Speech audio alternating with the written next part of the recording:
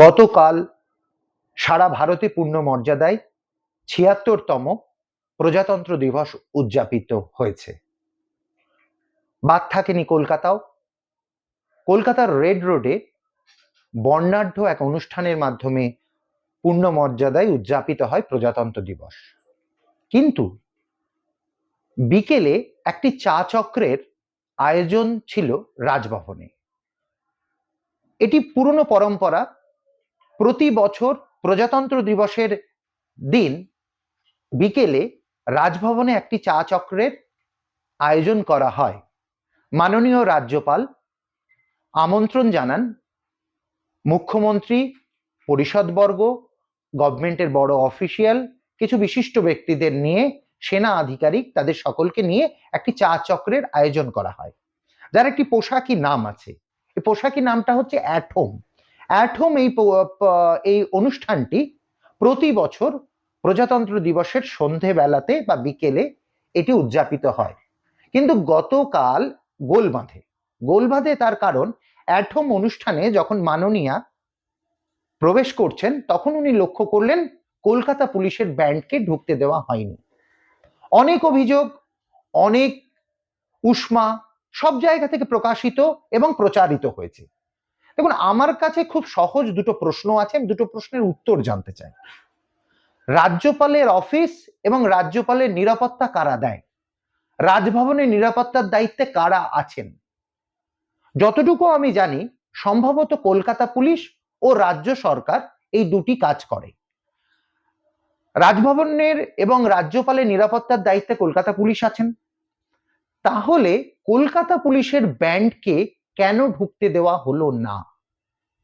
কেন ঢুকতে দেওয়া হলো না কলকাতা পুলিশের ব্যান্ডকে? মাননীয়ার স্বাভাবিক গোসা হয়েছে, উনি দেখতে পাননি কলকাতা পুলিশের ব্যান্ডকে।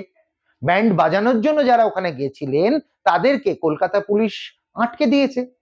কেন কলকাতা পুলিশ আটকে দিয়েছে?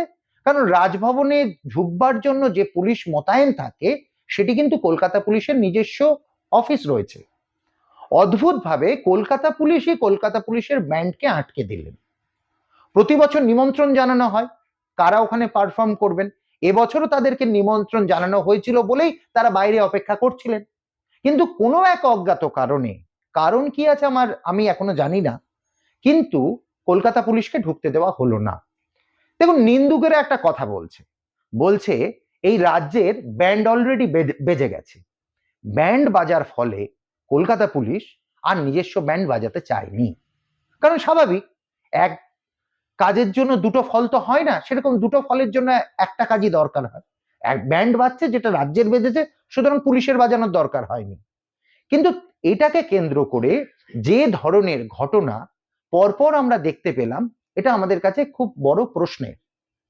কোনো বিষয় নেই, কোনো অভিযোগ নেই, শুধু অহেতুক একটা ইস্যু তৈরি করে, শুধু ঘোলা জল তৈরি করার এই রাজনীতি কেন চলবে? এই রাজনীতি তো পশ্চিমবঙ্গে দরকার নেই। মাননীয় রাজ্যপালের অ্যাট হোম অনুষ্ঠানে কারা আসবেন কারা আসবেন না, রাজ্যপালের অফিসের সঙ্গে রাজ্য সরকার সেটা দায়িত্বে থাকেন। ওই প্রোগ্রামে কারা ঢুকবেন, নিরাপত্তা বেষ্টনী যারা তৈরি করছেন তারা কলকাতা পুলিশ। তাহলে এখান থেকেই প্রশ্ন, শুধুমাত্র একটা বিষয়কে অতিরঞ্জিত করা বা বিভ্রান্ত করার জন্য এই কাজটি হয়েছে। এটার পূর্ণ তদন্ত হওয়া উচিত আমি মনে করি। পাশাপাশি কলকাতা পুলিশের কেন এরকম দায়সারা কাজ এটাও জানতে হবে। কারণ কলকাতা পুলিশের গত কয়েকদিন ধরে কলকাতা এবং রাজ্য পুলিশের যে অবস্থা, তাদের আত্মবিশ্বাস একদম তলানিতে ঠেকে গেছে। পুলিশের ওপর গুলি চলছে, বিভিন্ন সীমান্ত এলাকায় একের পর এক বাংকার খুঁজে পাওয়া যাচ্ছে যেটা পুলিশের দৃষ্টিগোচরে আসেনি। কেন আসেনি? তার মানে তাদের ইন্টেলিজেন্স ফেলিওর। তাহলে তাদের কাজের কর্মক্ষমতার কোনো জায়গার মূল্যায়ন করা দরকার। আমরা একটার পর একটা যদি ঘটনা দেখি, গত ধরুন 15 দিনের ঘটনা বা 20 দিন বা আরো বেশি একটু নিন না, 2 মাস, দেখবেন তৃণমূল এবং তৃণমূলের সংঘর্ষে কতজন মারা গেছে, কতজন গুলিবিদ্ধ হয়েছেন।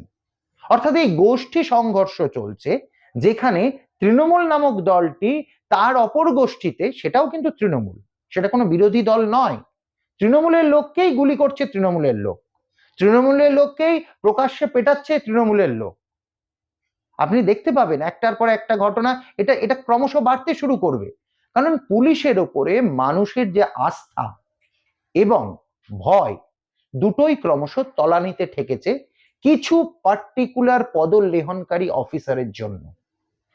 যে পুলিশকে একসময় স্কটল্যান্ড ইয়ার্ডের সঙ্গে তুলনা করা হতো, বিশ্বাস করুন আমার মনে হয় এরা সোদপুর ইয়ার্ডেরও যোগ্য নয় আজকে।